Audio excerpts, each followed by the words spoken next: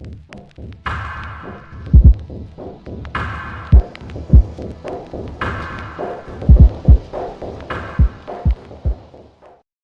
up, everybody? All right, this is Chef again, and I want to make a quick video today and talk about algo trading. Okay, so um, algo trading, the way that it works, pre-market and just in general, I want to give you guys a few examples in the market, and some stuff to look for, and what to do and what not to do. Right, so I'm going to go here on the 4-hour chart real quick and just give you a quick breakdown on the markets, /yes. You guys know I'm always bringing this one up. And SPY's ETF, okay, follows /yes. This is the future. And the future is open on Sunday and they continue all the way till Friday. These go nonstop. They take a break in between, right when markets close, about for like an hour or so. And this thing just keeps on going. Okay, what I want to show you guys is here, first and foremost, the nice downtrend that we have. Okay, we did have another little downtrend here with the markets, and then it broke above here, and then it's finally retesting and whatnot, right? And then you have your inverse head and shoulders type of thing going on here.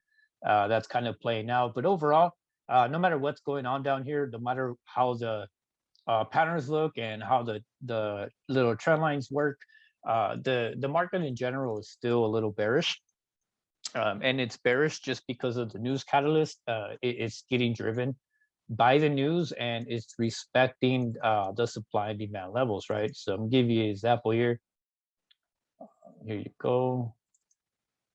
This is your demand zone, and then this is your supply zone. So in general, as the market as a whole, it is still bearish. Okay, we do get these green candles, we do get these little bull flag patterns, which are awesome.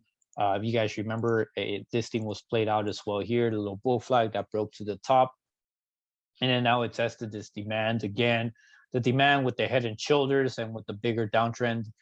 So the market is still volatile. It's offering a lot of opportunity for sure for a lot of scalp trades, and swing trading right now is not like the best thing in the world. Um, but definitely there is opportunity in general. The market is experiencing a lot of volatility, which meaning that there's going to be a lot of gap ups, a lot of gap up and downs and things like that. And it's stopping out a lot of people and giving some mixed signals and so forth and so forth. So I want to point out something very important, right? I want to give you guys what algo trading is, and a lot of people don't understand how to look for it. Algo trading, what it is there algorithms that are placed in to keep a specific trend, a specific level. And most of that you find it pre-market, and you find it like during lunchtime. That's why there's not a lot of people trading during the lunch hours. But in between those time periods, there are patterns that are being formed. I want to give you the biggest example today, here with /ES pre-market. That if you guys don't know who Jay the Trader is, he's part of Conservative Collectors. He the founder of Conservative Collectors, and he loves trading algos, and he understands them along with the EMAs and everything. So that is one thing that I specifically learned from him when he first started without Conservative Collectors, and he introduced what algo trading is. And as time goes by, you will definitely start to see it, and you will understand what it looks like, right? So here overnight, what happened is there is a lot of catalyst in the market still. And even with that catalyst, we are still gapping down and still respecting the trend in general, right? What is the trend? It's still bearish. So there are more sellers in this market than there is buyers. The buyers show up and they get out, but the buyers step in and try to take control of a stock movement. That's what I mean by the sentiment. That's what I mean by the trend. That there are more sellers than buyers, which are creating more aggressive pullbacks, right? So overnight, we did gap down aggressively, and we basically from 43.80 down to this 40, that's like 80-point drop. Okay, what happens in these times when there's algo trading is that algo creates a nice little movement, and it keeps it that way. the way you want to think of it is, I don't like to use this word, but as a choppy trend up. Okay, technically you have not a lot of opportunity to trade this trend, and you guys know that a nice trend will do something like this, and a pull back, and then do a little side trading and then push up again. This will be a nice little staircase, right? But in this case, it's not a nice staircase pattern. It's more of a choppy staircase pattern. And I hate using that word. I'm totally against it, but that's kind of like what it looks like. That movement is no volume, and there's not a lot of major buying and not a lot of major selling. So it creates this awkwardly move to the top, most of the times creating a nice wedge. That's what algo trading is. And the other thing is that during lunchtime, a lot of stocks tend to create patterns intraday. Okay, now I'm gonna come back to this, right? So I'm gonna show you guys Tesla. Okay, so give you an example again of what the algos do during the midday. So for me, it's like 9 o'clock right here. So basically, you stop trading, okay, and then you create this little algorithm. So basically what the algorithm is just holding its trend, and it's creating an actual pattern.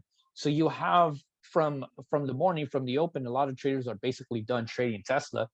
All the movement, the volatility, the volume, all of it is done. And what happens, it just tends to cool off. And while it's cooling off, it's actually creating a nice pattern for those who want to come in at power hour and actually get on this trade here. So if we want to continue up, it's going to break above and continue to the top, giving you a nice power hour move, right? That's where a lot of traders like to come in. Other traders like to come in midday and probably like try to buy the dip down here or try to buy the dip. But whatever it is, there is no specific pattern here midday, right? So I'm gonna give you another example on what midday stuff looks like, and I'm gonna show you guys PayPal real quick. Again, a lot of this is just algos. Algos, what they are, they keep the trend, they hold the trend. There's no major volume, no major buying or selling. It just holds a specific trend. But like I said, most of the time during midday, it creates a nice pattern, right? So in this case with PayPal, it's creating a nice little base, giving you confirmation for the power hour to keep on trading this. And if it breaks out, you're going to look for the high of the day. I mean, this will be a crazy move power hour, right? Right now, we only have 30 minutes left of the market. Who knows if that'll happen, but if it does, then I guess we'll know by the end of this video. Just showing you guys an example of what it may look like intraday for the markets algos to be kicking in. But pre-markets, after hours, this is kind of what it looks like. This is a clear example of again, like I said, like a choppy trend. No specific buy points or sell points. It's just a nice little trend that holds rhythmically in these movements. Now, how do I identify where everything is going to change? Now, in the morning, I was a little bit confused because I had this trend line and I saw this right here, right? So the market tried to push above. This is where we kind of opened, and it got rejected instantly. So at this point, this is where the algos turned off. And then this is when the bulls came in. The bulls started coming in and they rode it all the way here. Why? First and foremost, because we did have a gap to fill. A lot of retail traders like to grab that. And then once you have that gap, a lot more retail traders try to come in on the break above. Once you break above, the trend would have continued. But because there is a lot of bearish sentiment, the algos, when they kicked off, they let the bulls come in and take control of a lot of stocks. Some stocks are not holding their specific trend, meaning that a lot of this was just algos and not a lot of buying pressure. That's the difference. The buying pressure actually happened here to here, and that was it. The rest of it was history, because now you've got all your sellers coming in and taking full control of the actual sentiment, giving you a nice little trend to the downside. So the actual movement was here. Okay, here's your drop. Here's the flag that was built. Here's the breakdown. And then now here is your retest again. And we're heading into a power hour. So this is your actual trend in the market that we actually have today. Most people don't understand that because they don't they don't see what the algos do. The algos are the ones that trick you and confuse every trader out there, because there is no knowledge and there's nobody really, showing this kind of movement. Now, remember, that's why a lot of traders don't come in midday and start trading these little bull flags or these little bases, because a lot of people say, oh, well, there's no trend, there's no volume. Well, technically, no, there isn't any volume, because everybody is out for lunch in New York time. Okay. Everybody's enjoying life. They've probably already traded the first 2 hours. They're done trading, and they're letting algos do their thing. That's what happens. Okay. So there is that. And then we have, let's go, let me show you the other trend for NQ. So that's just DS. And I want to show you how accurate this is as well. The same thing happened here. Nice little trend to the top side, as you can see. And then again, this is when algos let loose. There's no more algos here. They broke through. And then it ran, it filled that little gap. So this is what I'm saying. This is where your retail crew comes in, and they bought the dip here, sold into strength, and then again, the trend is your friend. So what happened? Here's your drop. Here's your little pattern. There's that breakdown. And then again, you're looking for that same retest. Okay. So respect the trend, respect the actual trend. And sometimes you just got to be a little more patient. Like this morning, I was a bit confused, right? Why, when there was this huge red candle, I said, okay, well, they let loose of the algos. So most likely this is probably just going to drop. And it never did. It never broke below. So this actually never broke. The movement here never came dropping down with seller volume. It actually popped up and it filled the gap, and it got a little excited, and they just went above and beyond, right? Yeah, same thing for RTY. RTY was a little more structured, so this one wasn't considered more of algo trading, just because it has the nice structure. Here's your rally, here's your pattern, here's your rally again, here's your base right before the market open, and then it cracked, and this is the only one that actually let loose right at the open. There was no more algo trading, and it was actually some no more trading for this one. If you guys know what's under the RTYs, a lot of small caps, financials.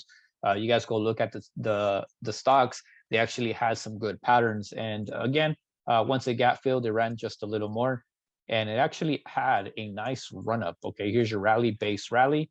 Here's your base again, and then your rally, and then again, we're just kind of cooling off, and no actual specific pattern, unless somebody somewhere wants to draw a nice little flag here and trade that into power hour. But for RTY, it was a little more structured, more pattern, versus the other ones, versus ES and NQ. These were clear, perfect examples today of what the algo trading looks like and how you can use it to your advantage.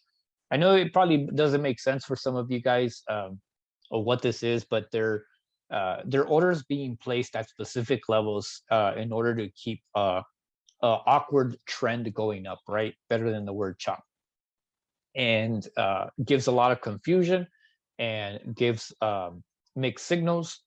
And again, it tricks and fakes out a lot of traders out there. So remember to respect the trends. Remember to respect the major resistance and supports, and follow it that way. Okay, there's no need to come in here and try to say that everything is algo trading. There's a time and place for that, and apparently today was like the perfect day to do this, and I wanted to give you guys and provide you guys with this information. Okay, but yeah, remember guys to don't over position size anything right now. This market is still a little chaotic. Some of the things that you guys can use today, just to give you a reminder, besides the algo trading, right now use the VIX. The VIX, don't worry about gaps being filled or anything. Don't worry about levels. Just know that if this thing is going green, you guys better not be in calls. Right? If this thing is red, trail your call positions, but have this on watch on a consistent basis. Okay, the bonds is something to look out for because it affects tech. As of right now, they're dropping, which is kind of odd, and it doesn't make sense right now just because tech is down as well. And what is the other one? Oil is another thing that's being affected by the Russia and Ukraine war. So there's going to be a lot of demand for oil, and the prices are just going to go higher. I'm really hoping it doesn't go above 100, just because gas prices are so expensive. I know some of you guys who are in LA are paying over $6. I don't know what you guys are paying in New York, but here in Cali, I'm paying about like 530. So I know it's going up. And then gold, same thing, is a safe asset. So as long as this is still trending up, it says that there's a lot of indecision in the markets, and investors are loading up on safer assets to keep their to hedge their portfolios. All right, so use some of these to guide you and to lead you throughout the markets the way that things are trading. And don't get biased. If you guys see these huge green candles, don't think it's going to go bullish. If you guys see these crazy red candles, don't think it's just going to tank to the floor. Respect the levels, guys. Understand what's happening, and use all the tools that are provided, and the knowledge that's provided with all the rest of the YouTube channels, the supply and demand, how to short tops, how to buy the dips, how to use the futures for your advantage. All these things, use them, guys. Don't just not use them. All right, there's a difference between knowledge and applying that knowledge. Okay, just because you have the knowledge doesn't mean you're applying it. If you're not applying it, doesn't make you knowledgeable. If you're knowledgeable and not applying it, doesn't make you successful. Okay, so there's a difference, guys. Be aware. So I'll leave you guys with that, and yeah, good luck with your trading, and I'll see you on the next one.